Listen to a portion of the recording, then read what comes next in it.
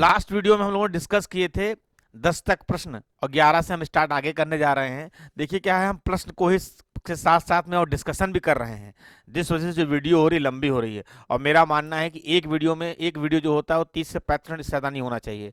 तो अगले क्वेश्चन जो हम अगले वीडियो में लेके आए हैं, तो स्टार्ट करते हैं अपना क्वेश्चन नंबर 11 से। ठीक है, देखते हैं। निम्नलिखित में से किस तत्व की परमाणु त्रिज्या सबसे कम है? किस तत्व की परमाणु त्रिज्या सबसे कम है? देखिए ये जो है ये मिसप्रिंट हो गया। यहाँ पे आपका बोरान बी है, यहाँ पे ऑक्सीजन है, यहाँ पे बेरिलियम है और यहाँ पे लिथियम है। ठीक है ना, तो इसलिए परेशान मत होइएगा। तो ये आपका है बोरान, ऑक्सीजन, बेरिलियम और लिथियम। पूछ रहा है किस तत्व की परमाणु त्रिज्या सबसे कम है? परमाणु त्रिज्या सबसे कम है पूछ रहा है आपसे। तो देखिए क्या होता है, जो पीरियोडिक टेबल होती है, ठीक है, पीरियोडिक टेबल में जब नीचे की तरफ आते हैं, तो जब नीचे की तरफ जाते हैं तो क्या होता है, परमाणु त्रिज्या आपकी परमाणु त्रिज्या जो होती है, परमाणु त्रिज्या क्या करती है, बढ़ती है। नीचे की तरफ जब जाएंगे तो परमाणु त्रिज्या बढ़ेगी, और जब इधर जाएंगे लेफ्ट टू राइट,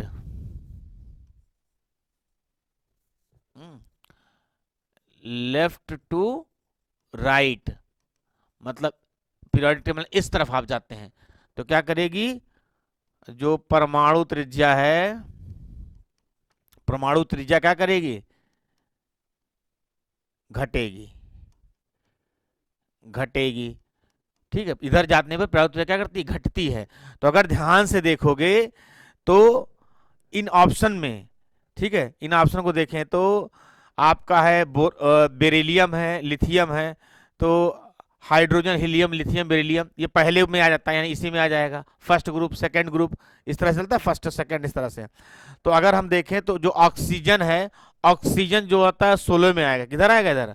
ऑक्सीजन किस में आएगा, 16वें में आएगा। फिर 17वां आपका हो जाएगा हेलोजन, 18 हो जाएगा नोबेल गैस, तो 16 में आ रहा है। ठीक है, बोरॉन फैमिली, बोरॉन आपकी हो जाएगी आपका वही 13 14 में आ जाएगी। ठीक है ना। तो पूछ रहा है इस तरफ में जब जा रहे हैं तो लास्ट में कौन पढ़ रहा है, इधर अगर प्रश्न के अनुसार कौन पढ़ रहा है, ऑक्सीजन पढ़ रहा है, लास्ट में ऑक्सीजन पढ़ रहा है, तो इधर जाने पर परमाणु त्रिज्या घटती है। तो प्रश्न के अनुसार ऑक्सीजन जो है इसके हिसाब से लास्ट में पढ़ रहा है, इसलिए इसकी परमाणु त्रिज्या जो है सबसे कम होगी। ठीक है, तो अगर यह कॉन्सेप्ट पता है कि पीरियोडिक यानी आवर्त सारणी में जब ऊपर से नीचे की तरफ जाते हैं, ठीक है, तो परमाणु त्रिज्या क्या करती है, बढ़ती है। और जब क्योंकि नंबर ऑफ सेल, जब नंबर ऑफ सेल्स पहले में न्यूक्लियस एक सेल, फिर न्यूक्लियस दो सेल, बढ़ता जा रहा है। ठीक है, तो जब परमाणु त्रिज्या बढ़ेगी और इधर जाते हैं तो क्या होती है, घटती है। ठीक है, किधर, लेफ्ट टू राइट, लेफ्ट से राइट की तरफ जाते हैं, ठीक है, तो वहां पे परमाणु त्रिज्या क्या करेगी, तो वहां पर परमाणु त्रिज्या जो होगी वो घटेगी। और इधर जो लास्ट में एलिमेंट आ रहा है प्रश्न के अनुसार वो आ रहा है ऑक्सीजन, तो आपका बी वाला ऑप्शन सही हो जाएगा। आते हैं अगले प्रश्न, प्रश्न नंबर 12 पे। निम्नलिखित में से सोडियम किसमें रखा जाता है? ऑप्शन दे रखा है मिट्टी के तेल में, चीनी का घोल, दूध में, पानी में। ठीक है, केरोसिन, शुगर सॉल्यूशन, मिल्क और वाटर। तो जो है सोडियम जो होता है, सोडियम का सिंबल Na होता है, परमाणु क्रमांक 11 होता है, परमाणु द्रव्यमान 23 होता है।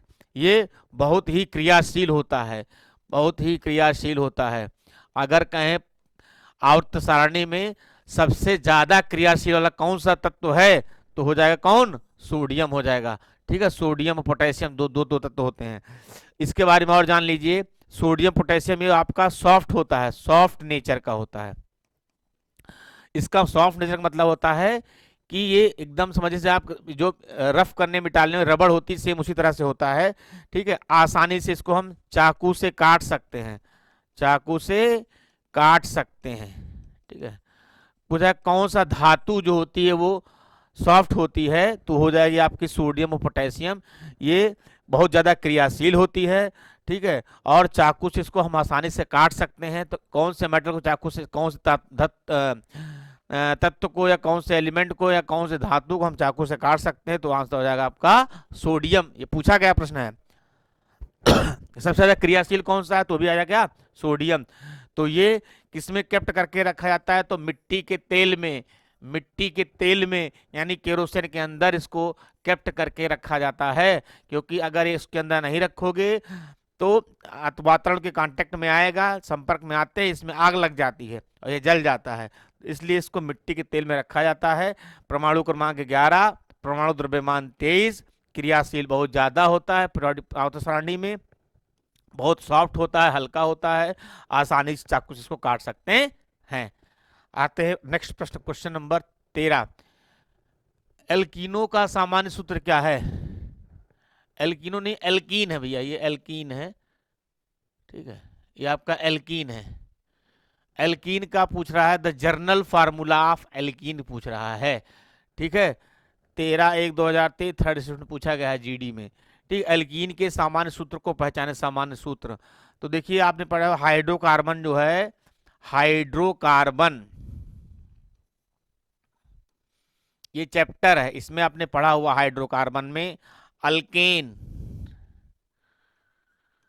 ठीक है, अल्कीन और अल्काइन, ठीक है, अल्केन, अल्कीन, अल्काइन। अल्केन में होता है सिंगल बॉन्ड, अल्कीन में होता है डबल बॉन्ड, अल्काइन में होता है ट्रिपल बॉन्ड, ठीक है। तो अल्केन और ठीक है, तो अल्केन जो होता है इसमें इसका जो सूत्र होता है, इसका सूत्र होता है अल्केन का CnH2n+2, अल्कीन का होता है CnH2n, और अल्काइन का होता है CnH2n-2। तो अल्केन का है CnH2n+2, इसमें दो जुड़ेगा, इसमें कुछ नहीं जुड़ेगा, इसमें दो घटेगा, ठीक है। CnH2n, इसका CnH2n में, तो तुमसे अल्कीन का पूछा गया है, तो अल्कीन के हिसाब से CnH2n, तो आपका पहला वाला ऑप्शन सही हो जाएगा, CnH2n वाला, ठीक है। ये आपका अल्केन जो होता है, अल्केन को जो हम बोलते हैं, इसको बोलते हैं सैचुरेटेड हाइड्रोकार्बन बोला जाता है, ठीक है। और इसको अल्कीन और अल्काइन को हम लोग बोलते हैं अनसैचुरेटेड हाइड्रोकार्बन। हाइड्रोकार्बन क्या होता है? जो हाइड्रोजन कार्बन से मिलकर बना होता है उसे हाइड्रोकार्बन कहते हैं। तो अल्केन हो गया, अल्कीन हो गया, अल्काइन हो गया, ठीक है ना। सिंगल बॉन्ड होता है तो अल्केन होता है, डबल बॉन्ड होता है अल्कीन, ट्रिपल बॉन्ड अल्काइन। जब सूत्र आपको याद रखना है, ठीक है। प्रश्न के अनुसार आपका यहाँ पर CnH2n ये ऑप्शन सही हो जाएगा। आगे देखते हैं प्रश्न नंबर 14। उस अम्ल की पहचान करें जो जिंक को जिंक सल्फेट में परिवर्तित करता है। उस अम्ल की पहचान करना है जो जिंक को जिंक सल्फेट में, देखिए भैया जिंक की रिएक्शन करा दीजिए, जिंक सल्फेट बनाना है तो H2SO4 से करा दीजिए, H2SO4 से करा दीजिए, तो आपका Zn+ होता है H- SO4- प्लस वाला जाएगा आपका माइनस 7 बन जाएगा ZnSO4, आपका बन जाएगा ZnSO4 और हाइड्रोजन आपका यहाँ पर निकल जाएगा। ये आपका ZnSO4 का हाइड्रोजन निकल गया। जिंक का करा दिया H2O4 साइन बना लीजिए, +-7 प्लस वाला -7, अपोजिट चार्ज होते हैं, जो विपरीत जो है चार्ज होते हैं वो क्या करते हैं, आवेश वाले होते हैं, वो अट्रैक्ट करते हैं, आकर्षित करते हैं, ठीक है। इसलिए ZnSO4 आपका बन जाएगा, हाइड्रोजन अलग हो जाएगा। अब पूछ रहा था कौन सा अम्ल, तो भैया कौन सा अम्ल है, H2SO4 कहाँ पे है, ठीक है। तो H2SO4 जो है सल्फ्यूरिक एसिड कहते हैं इसको, ठीक है, गंधक का तेजाब यानी कि सल्फ्यूरिक एसिड वाला आपका ये ऑप्शन सही हो जाएगा इसमें, ठीक है ना। एसिटिक एसिड जो होता है वो होता है आपका CH3COOH, जिसको हम एथनोइक अम्ल भी बोलते हैं। नाइट्रिक एसिड जो होता है इसका सूत्र होता है HNO3। हाइड्रोक्लोरिक जो होता है क्या, इसका HCl हो जाता है। और सल्फ्यूरिक एसिड का होता है H2SO4। फोर। तो कौन सा अम्ल जो जिंक सल्फेट में कन्वर्ट कर देता है, तो आपका हो जाएगा सल्फ्यूरिक अम्ल, यानी आपका बी ऑप्शन यहाँ पर सही हो जाएगा। बाकी ये सूत्र हैं, इनका इस्तेमाल याद रखिए। नाइट्रिक एसिड का इस्तेमाल बम बनाने के लिए किया जाता है, ठीक है। उसके बाद जनरली एसिड जो होते हैं इनका इस्तेमाल हम इंसेक्टिसाइड, पेस्टिसाइड यानी इंसेक्टी जो कीड़े मकोड़ों मारने की दवा होती हैं खेतों में, उनका इस्तेमाल, ठीक है। और बैटरी में इसका इस्तेमाल किया जाता है, ठीक है ना। ठीक है, इलेक्ट्रोलिसिस जो अभिक्रिया होती है, इलेक्ट्रोलिसिस रिएक्शन जो होती है, उसमें इनका इस्तेमाल किया जाता है, ठीक है। जो है तेजाब बनाने के लिए, उसके बाद जो है जो फिनाइल बनाने के लिए, इन सब का इस्तेमाल किया जाता है। आते हैं अगले प्रश्न पर। 15वां, जब मेंडलीफ ने अपना कार्य प्रारंभ किया तो कितने तत्व ज्ञात थे? How many elements were known when Mendeleev started his work? तो मेंडलीफ ने जो बताया तो कौन से? 63, 53, 93, 73। तो कितने एलिमेंट थे? तो इसका जो ऑप्शन है ए ऑप्शन है 63। जब उन्होंने मेंडलीफ अपना कार्य प्रारंभ किया तो कितने तत्व थे उस समय? तो 63 एलिमेंट थे। और उस समय जो मेंडलीफ के समय, ठीक है, तो मेंडलीफ के समय 60 थे। वर्तमान में जो एलिमेंट अभी है पीरियोडिक आवर्त सारणी में, ठीक है, पीरियोडिक टेबल,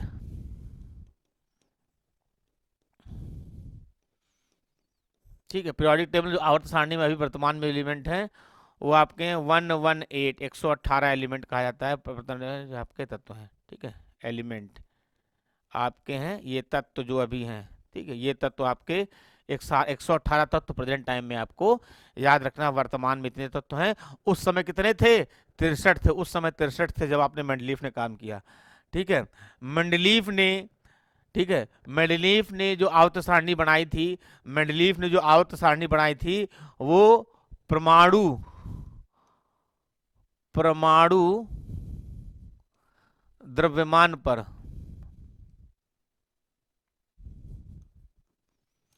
परमाणु द्रव्यमान पर आधारित थी, ठीक है, परमाणु द्रव्यमान पर आधारित थी। मेंडलीफ के द्वारा बनाई गई जो आवर्त सारणी थी वो परमाणु द्रव्यमान पर आधारित थी। जो मॉडर्न पीरियोडिक टेबल है उसको मोजले ने बनाई थी और वो परमाणु क्रमांक पर आधारित है, याद रखिएगा, परमाणु क्रमांक पर आधारित है। और ये जो है परमाणु द्रव्यमान पर आधारित थी, यानी कि एटॉमिक मास पर आधारित थी, याद रखिएगा। इन्होंने तत्व को, जो तत्व थे उनको ग्रुप और पीरियड, ग्रुप और पीरियड में डिवाइड किया गया।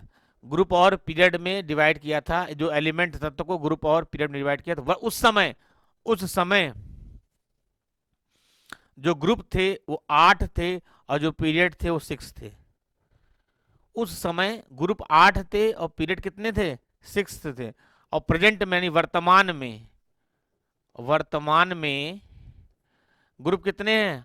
18 हैं और पीरियड कितने हैं? 7 हैं। वर्तमान में ये है भैया, याद रखना, गड़बड़ मत कर देना। उस समय इनिशियल जब प्रारंभ में कितने थे? तो 8 ग्रुप थे और 6 पीरियड थे। और वर्तमान में 18 ग्रुप हैं और 7 पीरियड हैं। ग्रुप तो वर्तमान में 18 हैं, जैसे कि जो आपके 8 थे उसका डबल 16 और हेलोजन और नोबेल और जुड़ गए तो कितने होगा? 18। और 7 छठ है, 7 और लेंथेनाइड और एक्टिनाइड से जुड़ गए। लेंथेनाइड और एक्टिनाइड देखेंगे एक बार, पीरियोडिक टेबल खोलिए, और मैंने पढ़ाया भी हुआ है, पुराने वीडियो देखिए तो आपको मिलेगा। तो उसमें जो है आपको ये 7 हो गए हैं, ठीक है, लेंथेनाइड एक्टिनाइड जुड़ गया है। तो वर्तमान में ये आपको याद रखना है। तो प्रारंभ पूछे तो याद रखना है, वर्तमान का भी आपको बता देना है, ठीक है। ग्रुप क्या होता है? तो जो आपके ग्रुप के की बात कर लें तो ग्रुप जो हो जाएगा, जो आपके वर्टिकल यानी जो खड़े हुए कॉलम, जो इस तरह के बने हुए कॉलम बने होते हैं, इन्हें हम बोलते हैं जो कॉलम बने हैं, ठीक है। ये जो कॉलम बने होते हैं इस तरह के खड़े हुए, इनको हम बोलते हैं ग्रुप। क्या बोलते हैं? कॉलम को हम क्या बोलेंगे? जो खड़े ग्रुप बोलेंगे। और इस तरह से जो लेटे हुए होते हैं ये, इनको बोलते हैं, जो ये रोज होती हैं इनको रो बोलते हैं। तो ये रोज होती है, इनको बोलते हैं क्या? रोज जो हो तो क्या हो? ये पीरियड हो जाएंगे, ठीक है ना। तो याद रखिएगा इसको। जो खड़े होते हैं कॉलम जो खड़े हुए कॉलम होते हैं उनको हम रो ग्रुप बोलते हैं, और जो इस तरह से जाते हैं उन्हें क्या बोलते हैं? पीरियड बोलते हैं। ठीक है, कितने क्या हैं ये सब मैं बता दिया हूँ। आते हैं नेक्स्ट क्वेश्चन, क्वेश्चन नंबर 16 पर। उस तत्व की पहचान करें जो अधातु नहीं है।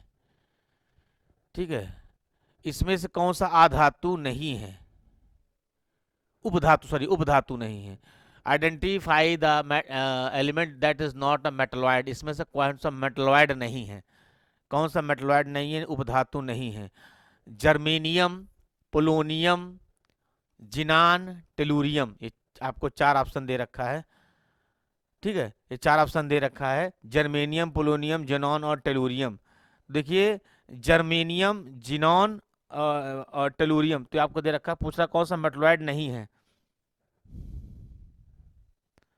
ठीक है, तो इसमें अगर हम कहें मेटलॉइड कौन सा नहीं है, जेनॉन। जेनॉन क्या है, ये नोबेल गैस है। कौन सी गैस है ये, नोबेल गैस है ये, याद रखना। जेनॉन जो है नोबेल गैस है। बाकी आपका जर्मेनियम, जर्मेनियम, पोलोनियम और टेलोरियम जो है, ये तीनों आपके क्या हैं, ये तीनों आपके उपधातु हैं। ये भी उपधातु है, ये भी है और ये भी है। ये तीनों आपके आपके टोटल अगर हम कहें आवर्त सारणी में आपके 7 उपधातु हैं, 7 उपधातु हैं, याद रखना। ठीक है ना, कितने हैं, 7 हैं। कौन कौन से हैं, जर्मेनियम है, सिलिकॉन है, टेलुरियम है, पोलोनियम है, आर्सेनिक है, एंटीमनी है और बिस्मथ है।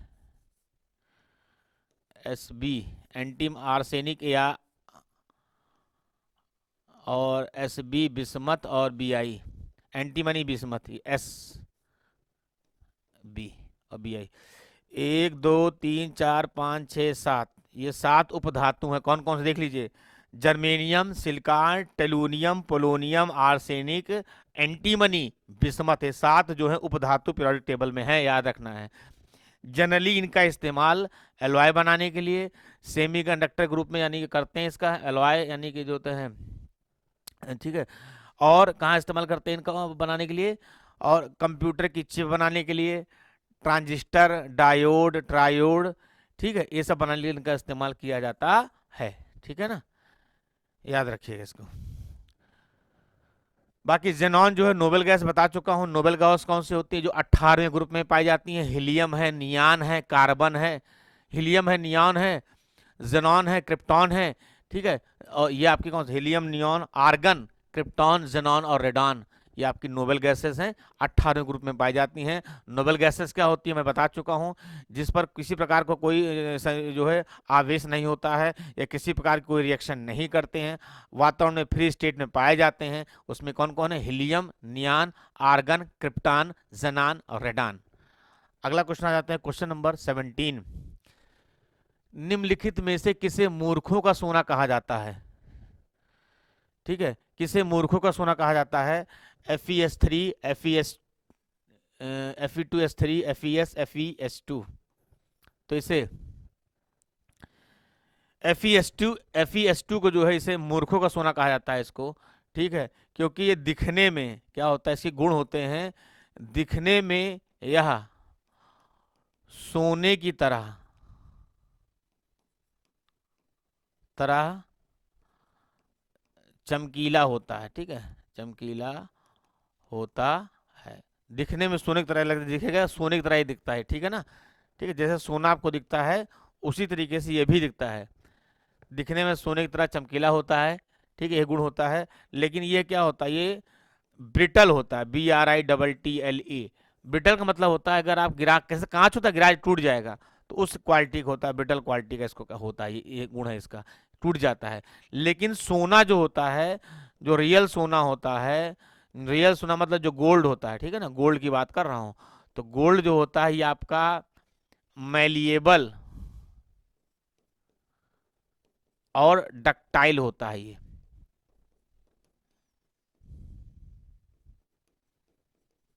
डक्टाइल होता है। अब मैलिएबल और डक्टाइल क्या होता है, ठीक है, मैलिएबल और डक्टाइल क्या होता है, तो मैलिएबल होता है यानी किसी चीज को हम पीट करके, पीट करके शीट के फॉर्म में, चद्दर के फॉर्म में बना ली, उसे हम कहते हैं मेलिएबल। और डक्टाइल जिसको हम क्या करके मोल्ड करके वायर तार बना लें तो होता है हमारा डक्टाइल। तो ये सोने का गुण होता है मेलिएबल डक्टाइल। मोस्ट मेलिएबल और डक्टाइल में जो आता है आपका वो सोना आता है, ठीक है। सबसे ज्यादा कौन सा है जो मेलिएबल और डक्टाइल दोनों होता है, ठीक है, तो हमारा सोना आता है, ठीक है। कमेंट बॉक्स होते हैं मेलिएबल और डक्टाइल को हिंदी में क्या कहते हैं, कमेंट बॉक्स में बताइए मेरे को कि मेलिएबल और डक्टाइल को हिंदी में क्या कहा जाता है। सोना इसका है। तो अगर सोने के दिखने में सोने की तरह लगता है लेकिन ये सोना नहीं होता है तो आपका है वो Fe2, याद रखिएगा। आते हैं अगले प्रश्न पर, क्वेश्चन नंबर 18। निम्नलिखित में से कौन सा वाशिंग सोडा का रासायनिक सूत्र है। वाशिंग सोडा का रासायनिक सूत्र पूछ रहा है, ठीक है। तो देखिए जानते, तो वाशिंग सोडा का जो रासायनिक सूत्र है आपका, ये सही ऑप्शन सी है, दैट इज Na2CO3.10H2O। ये वाशिंग सोडा का रासायनिक सूत्र है, वाशिंग सोडा, ठीक है। वाशिंग सोडा, इसको और क्या बोलते हैं, इसको हम बोलते हैं धवन सोडा। क्या बोलते हैं, धवन सोडा।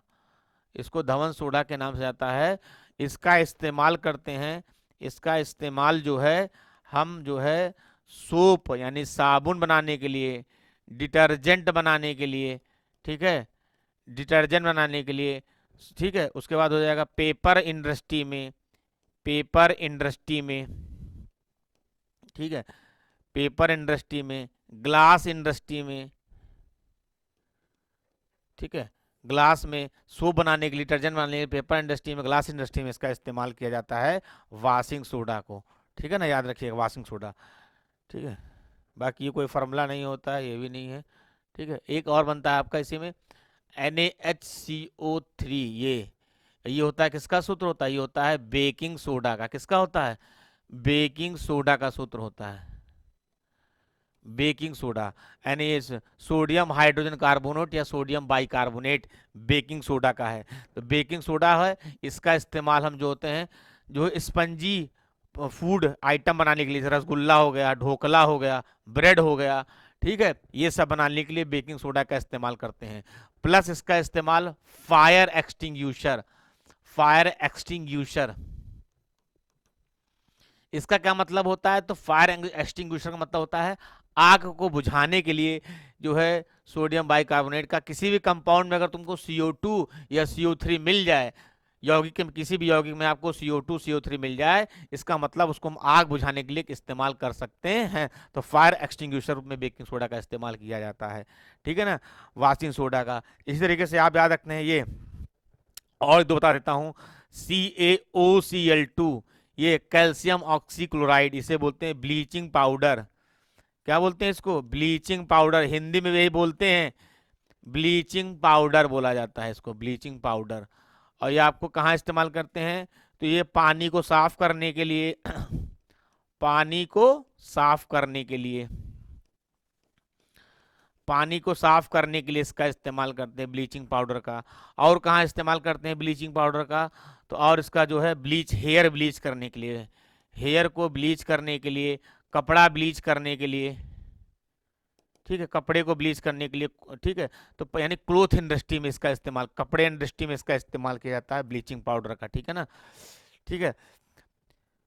तो आपको याद रखना, ठीक है ना। ऐसे और बहुत सारे कंपाउंड हैं, ठीक है, ये हमने बता दिया, जैसे कि आपका होगा कैल्शियम CaCO3, कैल्शियम कार्बोनेट, इसको लाइम बोलते हैं, या फिर जो आप इसको मार्बल बोलते हैं, इसको चाक बोलते हैं, या कैल्शियम कार्बोनेट बिल्डिंग बनाने के इस्तेमाल करते हैं। इसी तरीके से CaO कैल्शियम ऑक्साइड, इसको क्विक लाइम बोला जाता है, क्विक लाइम, इसे बुझा रहित चूना बोला जाता है क्विक लाइम को, ठीक है।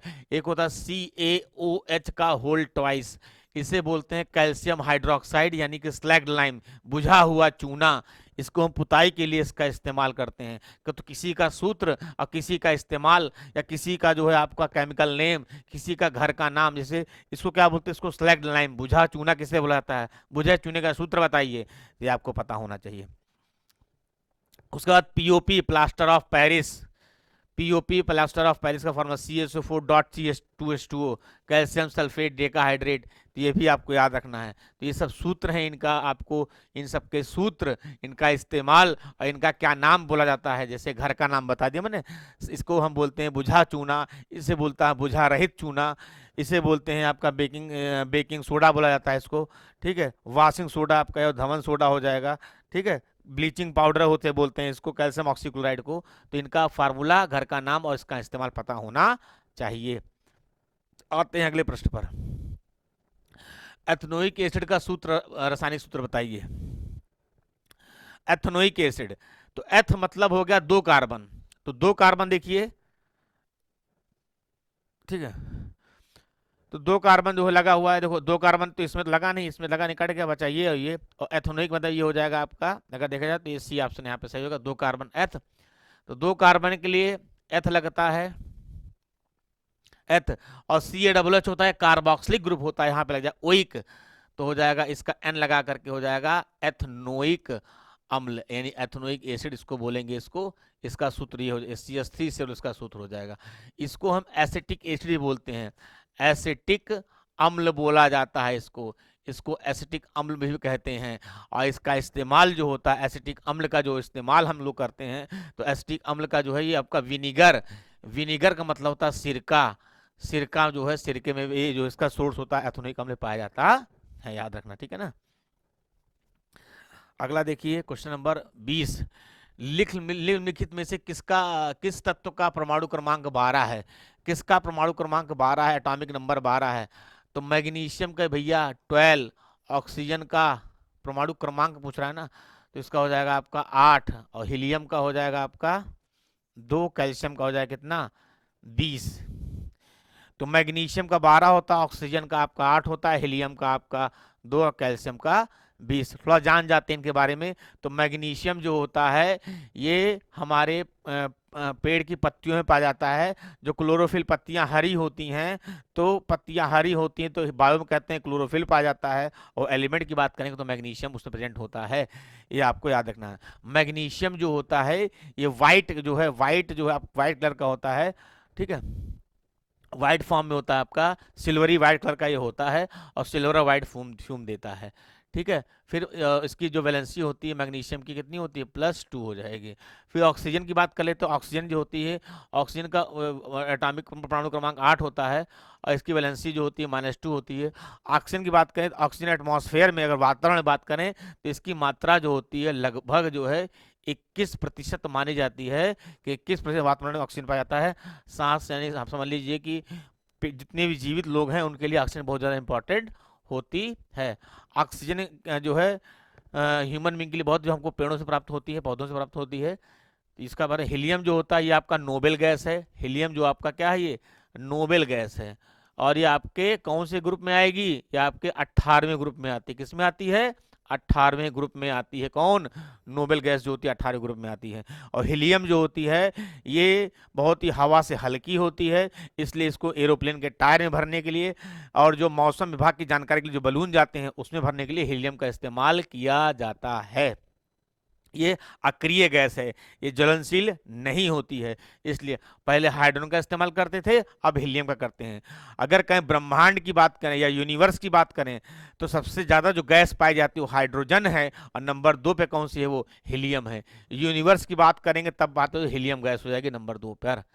कैल्शियम की बात करते हैं, कैल्शियम का परमाणु क्रमांक 20 होता है, परमाणु द्रव्यमान जो हो जाएगा उसका 40 हो जाएगा, 10 डबल हो जाता है, ठीक है। तो 40 होता है इसका परमाणु क्रमांक। और कैल्शियम जो होता है हमारी समझ ली बॉडी में जो हड्डियां होती हैं तो 60% जो होता है वो हड्डियां जो है आपको कैल्शियम और फास्फोरस से बनी हुई हैं। तो कैल्शियम हमारी बॉडी का बहुत इंपॉर्टेंट पार्ट होता है, ठीक है। दूध वगैरह में, दूध वगैरह हो गया, इसमें कैल्शियम वगैरह जो मात्रा जो होती है बहुत ज़्यादा पाई जाती है, तो दूध हम लेना चाहिए कैल्शियम का, ठीक है। और बहुत सारी चीज़ें होते हैं, बाकी आप कैल्शियम हाइड्रोक्साइड का मार्बल वगैरह बनाने के लिए कैल्शियम का इस्तेमाल किया जाता है, ठीक है।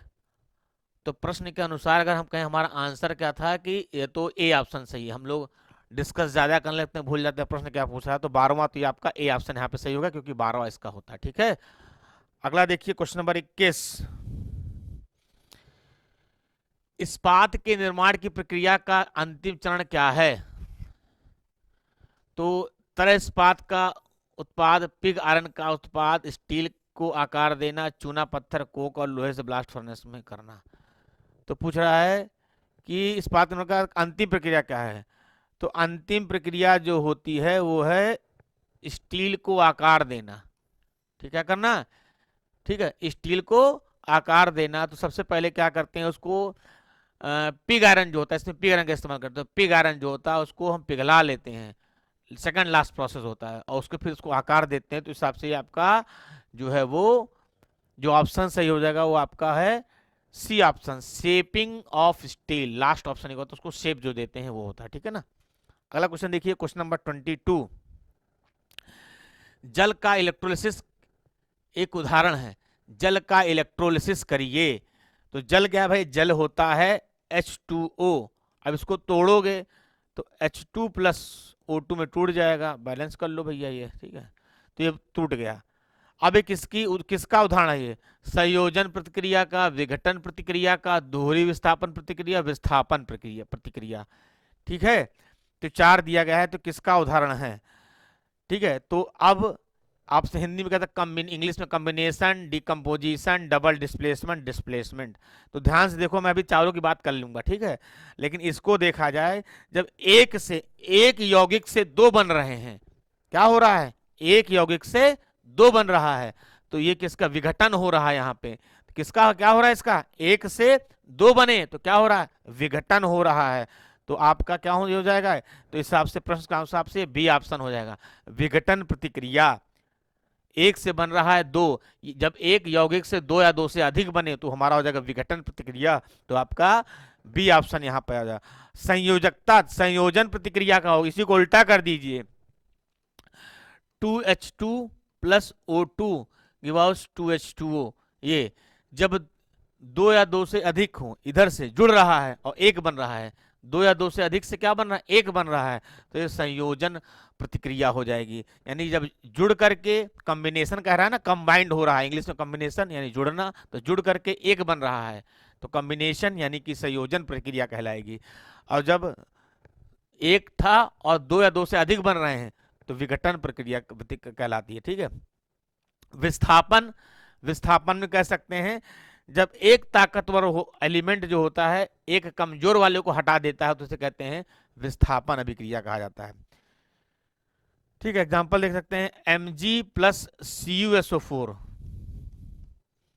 ठीक है, Mg प्लस CuSO4, तो Mg जो है ज्यादा ताकतवर है, Cu को हटा देगा, तो यहां बनेगा MgSO4 और Cu आपका अलग हो जाएगा।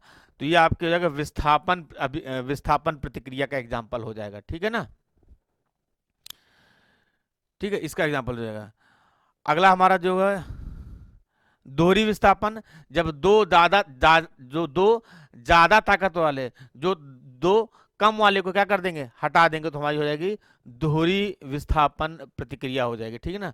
ठीक है, उसमें जो दोहरी विस्थापन प्रतिक्रिया आपका आ जाएगा। ठीक है, तो ये आपका हो जाएगा। तो आप दे सकते हैं जो ज्यादा ताकत वालों का, तो ये आपका होगा जो ज्यादा ताकतवर वाले हों, 2 कमजोर वाले को हटा देंगे तो आपकी दोहरी विस्थापन अभिक्रिया आपकी हो जाएगी। ठीक है ना, तो याद रखिएगा। तो जब जुड़ रही है तो संयोजक, जब अलग हो रहा है तो विघटन, जब 2 ज्यादा ताकत वाले जो कम को हटा रहे हैं तो दोहरी विस्थापन, एक ज्यादा ताकत वाला एक को हटा रहा है तो विस्थापन। ठीक है। अगला क्वेश्चन, निम्नलिखित में से किस द्रव का पृष्ठ तनाव सबसे अधिक होता है। किसका पृष्ठ तनाव, किसका सरफेस टेंशन सबसे ज्यादा होता है। Ethanol, methanol, ethane. यह इथेन है। ठीक है ना, इथेन कंफ्यूज मत होना, इथेन और वाटर यानी H2O पानी। तो किसका पृष्ठ तनाव आपको पूछ रहा है, किसका जो पृष्ठ तनाव होता है, इथेन लिखा हुआ। ठीक है ना, किसका पृष्ठ तनाव जो होता है सबसे अधिक होता है। तो इन चारों में से किसका पृष्ठ तनाव सबसे अधिक, तो पृष्ठ तनाव, तो पृष्ठ तनाव क्या होता है, अगर हम कहें पृष्ठ तनाव, तनाव का जो सूत्र होता है दैट इज लगने वाली जो ऊर्जा, ऊर्जा बटे लंबाई। ये ठीक है। तो जो है ये आपका फॉर्मूला होता है डेल्टा E अपॉन L, यानी per unit area per unit क्षेत्रफल जो लगने वाला जो है आपके पर यूनिट लंबाई पे जो लगने वाला जो ऊर्जा होती है उसी को हम कहते हैं पृष्ठ तनाव कहते हैं। अगर पृष्ठ तनाव को देखें तो जो पानी में पृष्ठ तनाव जो होगा सबसे ज्यादा होता है। ठीक है, पानी का जो पृष्ठ तनाव होता है सबसे ज्यादा होता है। आपने देखा छोटे मोटे कीड़े मकोड़े पानी पे तैरते हैं, मच्छर जो होता है वो पानी पे अंडे दे देता है। मच्छर जो होता है पानी पे अंडे दे देता है, उसी से हम कहते हैं पानी मच्छर उत्पन्न होते हैं। क्यों? क्योंकि उसका पृष्ठ तनाव बहुत ज्यादा होता है। और पृष्ठ तनाव ज्यादा होने से जो है पृष्ठ तनाव ज्यादा होने से क्या होता है, मच्छर उस पर अंडे देते हैं पानी पर। तो कहते हैं ना नाली गांव में होती है तो कहते हैं मिट्टी का तेल डाल दो। तो मिट्टी के जब तेल डाल देते हैं तो पृष्ठ तनाव घट जाता है। और जो मच्छर के अंडे होते हैं पानी के अंदर डूब के खत्म हो जाते हैं, उससे मच्छर पैदा नहीं होते हैं। तो उसका इस्तेमाल क्या है कि पृष्ठ तनाव को घटा देता है। तो पानी का पृष्ठ तनाव सबसे ज्यादा होता है। ठीक है, कीड़ों इसका एक उदाहरण दे सकते हैं कि कीड़े मकोड़े पानी पे टहलते हुए आपको मिलेंगे, छोटे मोटे हैं जो होते हैं, और तैरते हुए। और दूसरा है कि जो मच्छर होते हैं पानी में पैदा होते हैं, उसी पानी की सतह पे अंडा दे देते हैं, क्योंकि उसका पृष्ठ तनाव ज्यादा होता है, उसी पर रुके रहते हैं। लेकिन जब हम मिट्टी का तेल डाल देते हैं तो वो पृष्ठ तनाव घट जाता है और उसके अंदर खत्म हो जाते हैं जाकर के। ठीक है, और उदाहरण दे सकते हैं जो हमारा साबुन जो होता है जिससे हम नहाते हैं या कपड़े धुलते हैं, वो भी किस पर निर्भर करता है, उसका जो लॉ है वो आपका पृष्ठ तनाव ही है। ठीक है, किस नियम पर आधारित? तो सरफेस टेंशन पर आधारित होता है, पृष्ठ तनाव पर है। क्या किया, कपड़े को हमने गीला किया, गीला करने के बाद हमने उस पर साबुन लगा दिया। साबुन लगाने से क्या हुआ, उसका पृष्ठ तनाव क्या कर जाएगा साबुन लगाने से पृष्ठ तनाव घट जाता है, यानी वो फैल जाएगा। फिर हम रगड़ देते हैं, कपड़ा हमारा साफ हो जाता है। पृष्ठ तनाव जो होता है वो सबसे कम एरिया कवर करना चाहता है। इसलिए जब पानी गिरता है, बारिश होती है, तो बारिश की बूंदें गोल क्यों होती हैं? जब कोई थूकता है तो गोल क्यों होता है, जमीन पे गिरता है? और यह पानी की बूंदें गोल क्यों होती हैं? यो ड्यू टू सरफेस टेंशन, पृष्ठ तनाव की वजह से ऐसा होता है। ठीक है, तो इसके आपको याद रखना है, इससे कई क्वेश्चन आपके बन सकते हैं। तो प्रश्न के अनुसार जो आपका आंसर है पानी है। अगला देखिए क्वेश्चन नंबर 24, निम्नलिखित में से किस धातु में सबसे अधिक विद्युत चालकता होती है? ऑप्शन है प्लेटिनम, सोना, चांदी, लिथियम।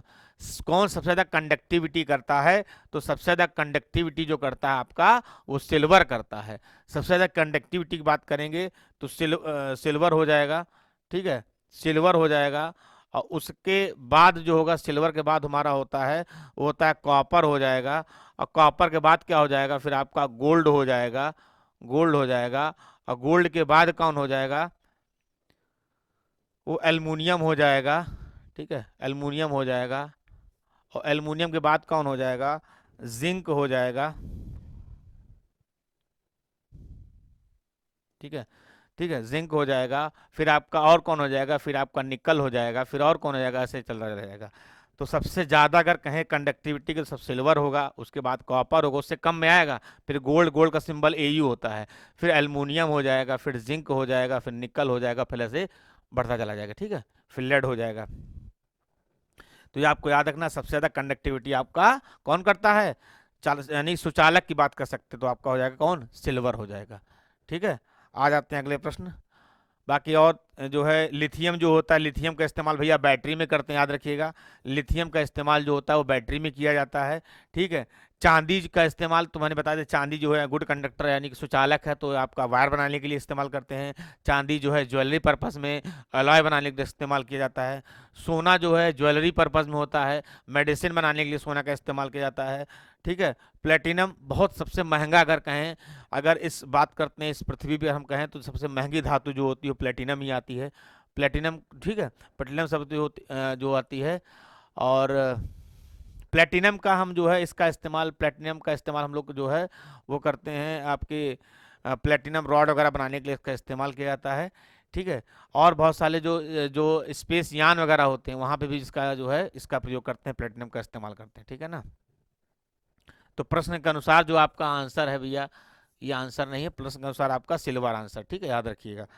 अगला देखिए क्वेश्चन नंबर 25, ड्यूरालुमिन एल्युमिनियम से बनी एक मिश्र धातु है। ड्यूरालुमिन एल्युमिनियम से बनी एक मिश्र धातु है। तो आपका ऑप्शन देखा, जिंक है, कॉपर है, निकल है, टिन है। ठीक है, तो ड्यूरालुमिन जो होती है एल्युमिनियम से, तो से बनी मिश्र धातु किसकी है, तो वो एल्युमिनियम और किससे बनी होती है, कॉपर। ठीक है, एल्युमिनियम और कॉपर बना करके आपका ड्यूरालुमिन बना होता है, एल्युमिनियम प्लस कॉपर। तो इसके हिसाब से जो ऑप्शन सही हो जाएगा आपका बी ऑप्शन हो जाएगा। एल्युमिनियम और कॉपर बनाकर ड्यूरालुमिन बना होता है।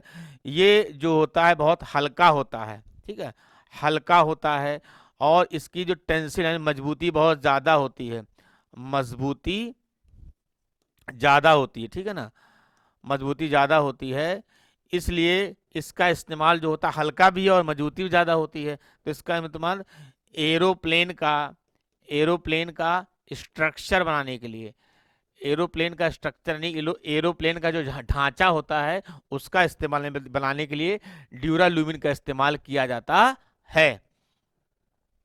ड्यूरालुमिन यहाँ पे एल्युमिनियम आ गया, तो याद रखिए कि और चीज बता दे रहा हूँ एल्युमिनियम का, कि एल्युमिनियम, ठीक है ना, एल्युमिनियम जो होता है बहुत ही हल्की धातु होती है, तो ये जो है इसका भी इस्तेमाल जो है एरोप्लेन का ढांचा बनाने के लिए फिर कॉपर के साथ मिलाते हैं, जिससे मजबूती ज़्यादा आ जाती है, क्योंकि एक तरह का ये अलॉय बन जाता है। क्या बन जाता है आपका? एक तरह का अलॉय बन जाता है, इसलिए।